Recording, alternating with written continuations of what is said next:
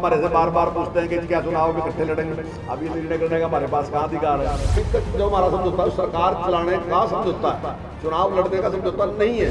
देखिए हमने हमारे पास दोनों के पास बहुमत था, उनके पास बहुमत था, हमारे पास ही बहुमत था, तो उनका आईकमान और हमारा आईकमान मिल के बैठ के करेगा तब होगा। अभी तक का सरकार चलाने का सरकार समूथली चल रही, अभी तक कोई बयान नहीं। भाजपा जजपा गठबंधन को लेकर जब सवाल किया गया तो देखिए कैसे शिक्षा मंत्री कंवरपाल गुर्जर भड़क गए और ये कहने लगे कि हमारा समझौता तो सिर्फ सरकार चलाने का था।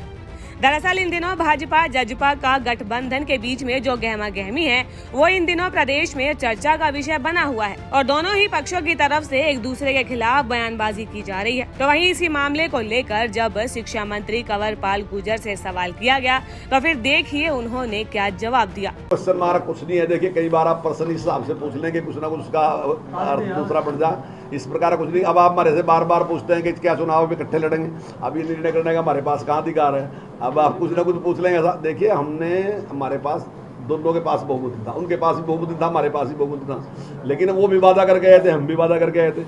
हमने कॉमन मिनिमम प्रोग्राम दोनों पार्टियों ने बढ़ा लिया और हम सरकार चला रहे। अभी तक जो हमारा समझौता है सरकार चलाने का समझौता है, चुनाव लड़ने का समझौता नहीं है। चुनाव लड़ने का समझौता है जो वो उनका आईकमान और हमारा आईकमान मिल के बैठ के करेगा तब होगा। अभी तक का सरकार चलाने का सरकार समूथली चल रही, अभी तक कोई बयान नहीं। आपको बता दें कि शिक्षा मंत्री कंवरपाल गुर्जर आज यानी 8 जून को अंबाला पहुंचे हुए थे, जहां वे सरकार के 9 साल की उपलब्धियों के बारे में जानकारी दे रहे थे। इस दौरान उन्होंने किसानों के प्रदर्शन पर पूछे गए सवालों का जवाब भी दिया।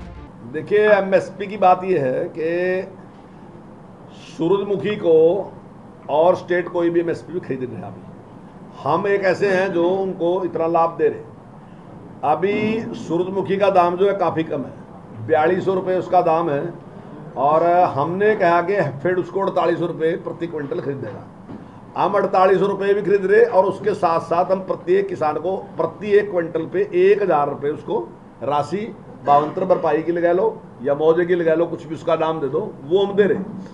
तो हम जितनी अपने किसान की इमदाद कर रहे हैं, अभी तक कोई स्टेट ऐसा नहीं है जो उसकी कर रहा है। नहीं देखिए ये कुछ लोग ऐसे हैं तो नाराज ही रहते हैं परमानेंट, चाहे आप कुछ भी कर दो वो नाराज ही रहते हैं। रास्ता रोकना मैं समझता हूँ कोई सही बात नहीं है, बिल्कुल गलत बात है। जिस प्रकार से नेशनल हाईवे को रोका गया, अगर कोई भी डिमांड है तो निश्चित तौर से सरकार के सामने प्रदर्शन करना, अपनी बात करना, वो तो जायज़ है। लेकिन अगर आप नेशनल हाईवे को रोक देंगे तो उस पर नेशनल हाईवे पे कोई ऐसा नहीं है कौन व्यक्ति है, कोई भी आदमी है, कितनी मजबूरी है उसकी, और आप उसको जाम में फंसा दे, 50-50 किलोमीटर का जाम दोनों साइड में लग जाए, तो वो बिल्कुल गलत था।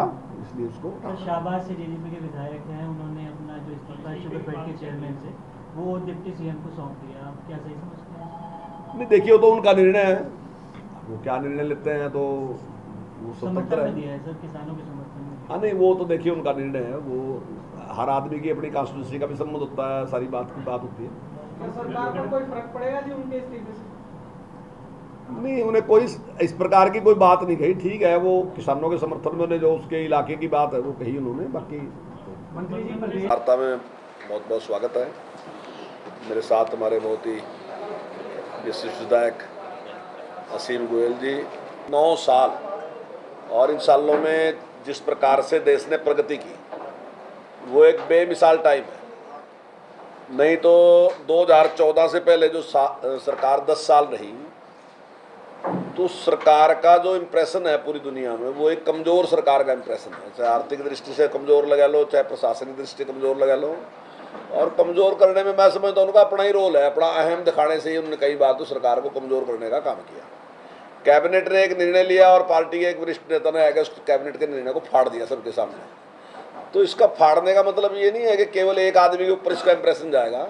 आजकल कोई भी घटना होती है तो पूरी दुनिया में उसका मैसेज आता है कि पूरी दुनिया उसकी तरफ देखती है। तो वो सरकार देखती है कि दूसरे देश की सरकारें देखती हैं कि यहाँ प्रधानमंत्री या उसकी कैबिनेट की कोई वैल्यू नहीं, कोई भी एक ऐसा आदमी जो उसकी कैबिनेट का व्यक्ति भी नहीं है, और उसने आया और उस निर्णय को फाड़ दिया। तो इस प्रकार के निर्णय ऐसे रहे कि जहाँ सरकार जो है वो कमज़ोर साबित हुई।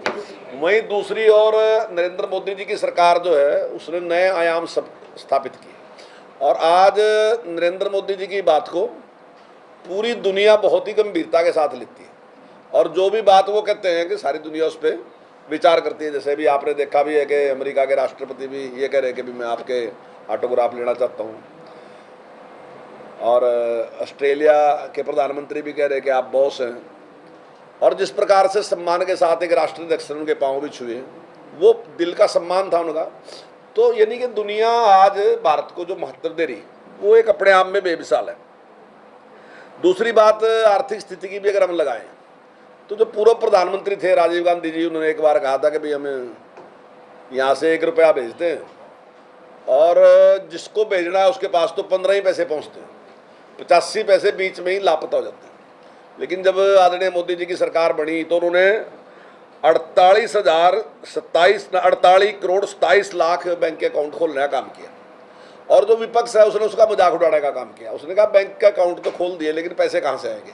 लेकिन आज आपके सामने है कि वो जो 1 रुपये में से 85 पैसे गुम होते थे, आज वो गुम होने बंद है। आज हर व्यक्ति को सीधे सीधे वो पैसा मिल रहा, और उसके पैसे में कोई भी किसी प्रकार की भी हेराफेरी आज नहीं है। और बहुत सी चीज़ें इस प्रकार से ऑनलाइन करके सारा सिस्टम को ठीक करने का काम वर्तमान सरकार ने किया। अभी जिस प्रकार से कोरोना आया और कोरोना के दौरान जिस प्रकार की स्थिति थी, पूरी दुनिया के अंदर एक प्रकार का था कि कुछ लोगों ने सभ्य भाषा में ये कहा कि इसका केंद्र भारत रहेगा, लेकिन वो केंद्र नहीं कहना चाहते, वो ये कहना चाहते कि सबसे ज़्यादा जो डेथ रेट रहेगा वो भारत का डेथ रेट रहेगा, क्योंकि यहाँ पे आबादी बहुत ज़्यादा है और शायद इनके पास उस प्रकार की मेडिकल फैसिलिटी नहीं है, शायद ये उसका मुकाबला नहीं कर सकने के, ऐसी उनकी धारणा थी। लेकिन आपके सामने है कि जिस प्रकार नेतृत्व ने उसको कंट्रोल किया, उसका सामना किया। हालांकि विपक्ष ने आज भले ही उसकी आलोचना की हो, लेकिन आदरणीय नरेंद्र मोदी जी के नेतृत्व में उसका जबरदस्त तरीके से सामना भी किया गया। और विपक्ष ने कहा कि भाई जरूरत तो वैक्सीन की है, वैक्सीन तो है नहीं। उनका अनुमान था कि शायद वैक्सीन पैदा नहीं हो सकती भारत में। उनका भारत की जनता के प्रति, भारत के वैज्ञानिकों के प्रति उनका विश्वास ही नहीं था कि ये कोई वैक्सीन बना सका। लेकिन आदरणीय नरेंद्र मोदी जी ने जो वैज्ञानिक थे उनको बुलाया, डॉक्टरों को बुलाया और सबसे कहा कि भाई आप पैसा कितना भी खर्च हो लेकिन आप प्रयास करो। दैनिक सवेरा के लिए अंबाला से पंखिल वर्मा की रिपोर्ट।